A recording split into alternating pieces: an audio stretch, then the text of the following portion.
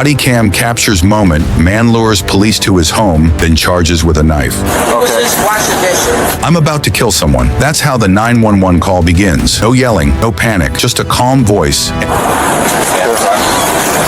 out, man. There's pickup. I'm not. and a horrifying statement. On the line is a man who gives his location, Osprey Drive in Antioch, California. He won't give his name. He won't say who he's trying to kill, but he knows what he's doing. Dispatcher stays composed. She asks, "What's your name?" Silence. And a flat reply. "I don't have a name." His voice doesn't rise. Down. There's no sign of rage or fear. It's quiet, intentionally quiet. We need to get rid of. We're going. And that's what makes it worse, because this isn't a man in crisis. This is a man in control and planning something violent. June 20th, Stay on coverage. 2024, Antioch, California. Officers are He's coming. All right. dispatched immediately. At first, the details are vague, but with each new sentence from the caller, He might have got my arm, but I'm good for now. the danger sharpens. The man says he's bleeding, says he cut his own arm. Chest seal on there. He's got a bullet hole in the side there. Talk to the chest seal, talk to the chest seal. He won't explain how, and when asked if medical help is needed, he says no, because he's not calling for paramedics. He's calling for police. The dispatcher probes gently, All right, they got close, Where are the chest seals? You got it? You see it? Somebody give me your gun. All right. tries to keep him talking. He says there are 6 people in his home, his family. He asks him to let them come outside. No? Why not? Just no. Be careful, I'm not seeing where the other light is. I think it's... All right, you good? Well, let me check it out. Hold on. There's something chilling about the way he answers. Not angry, not unhinged, just flat, disconnected. Then a shift. Suddenly he says something that changes everything. Rickwell? It's Amherst Police. We're all getting back in the car now, he tells her. Where are you going? His answer is blunt. We're going to go kill my neighbor. She stops, asks him to repeat it, and he does.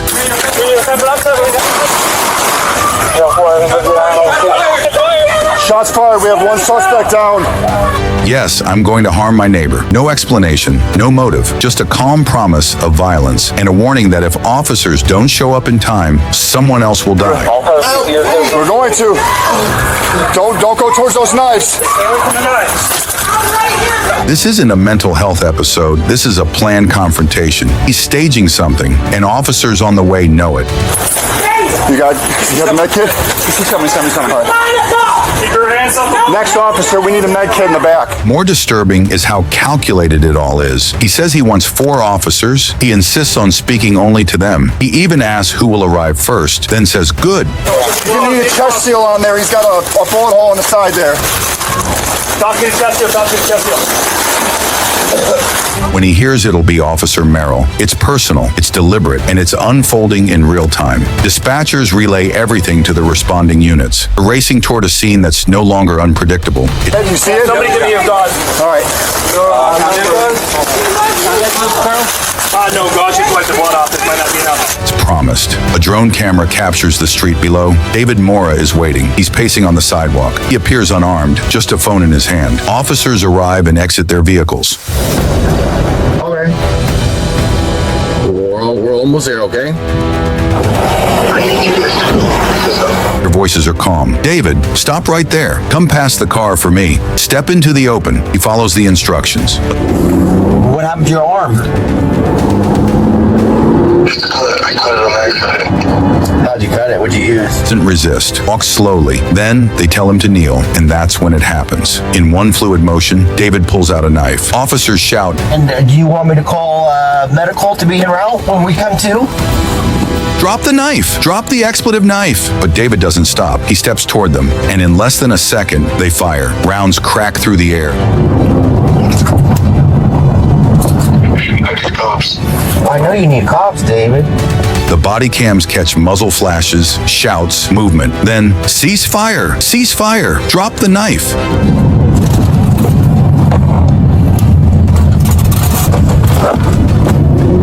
David is still clutching the blade. One officer rushes forward, kicks the knife from his hand. Another helps roll him over. "Get medics!"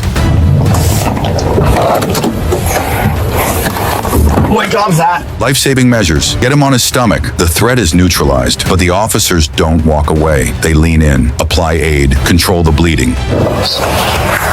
What job you want to be done? Even after the man tried to attack them, they try to save him. Let's pause for a moment. Look at what just happened. This wasn't a spontaneous incident.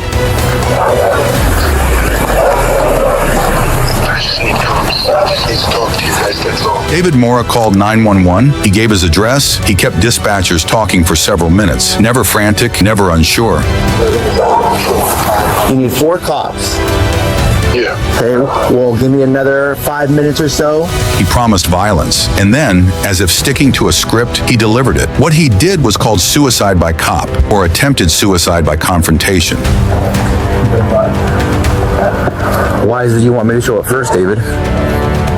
It's when a person intentionally provokes law enforcement into using deadly force. It's rare, but it's devastating because it puts officers in a position no one wants. No. Why is that? I just want to make sure you're okay. You're asleep. Hit the second one. You don't want to swap? Forced to choose between their own safety and taking a life they never intended to end. And that's exactly what happened here. David planned this. Then we're all getting back in the car right now. We're gonna go. I'm gonna kill my neighbor. Huh? He bled before they arrived. He blocked access to his family. He told dispatch, "You're enough to do the job." But what job did he want done? That answer never came. And now on that curb in Antioch, a man lay shot. Where's your neighbor at? If the neighbor is outside, if you don't show up, I'm gonna go and harm the neighbor. Why, David? Because in his final moments of control, he turned calm into chaos. The Bodycam footage shows it all. The stillness before the charge, the shouts of warning, the flash of the knife, the instant response. The return to aid David Mora survived the shooting. He was taken into custody and treated for multiple gunshot wounds. He faces charges for brandishing. Well, sit down on the curb and wait for me, man. Do you want to talk to me, right? Not your neighbor. Sorry, male just walking out on the sidewalk. Male walking out on the sidewalk. Weapon and threatening officers. But no officer was injured. Not because he didn't try, but because their training, positioning, and reactions saved them. Still, what they're left with isn't just a report or a statistic. It's a memory. A moment where calm eyes hid deadly intent. And the haunting reality that sometimes the suspect wants you to pull the trigger. This is what body cams reveal. Not just what happened, but what was planned, what was calculated, and what was barely stopped in time. It's not just about the flash of a weapon. It's about what came before. The cold words, the soft tone, the way someone can tell you everything while hiding what they truly. So it doesn't appear to have anything in its hand besides the cell phone. Therefore, it doesn't appear to have anything in its hand other than the cell phone.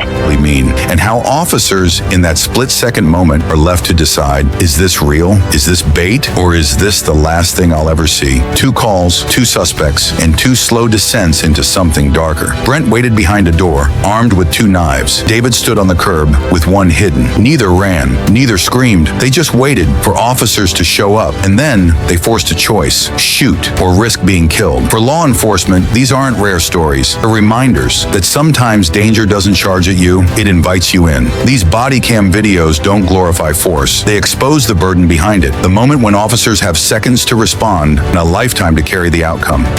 You want to give commands? Hey, Dave, stop right there. Have him come past the car. Keep coming, keep coming. Then right in the opening of the street.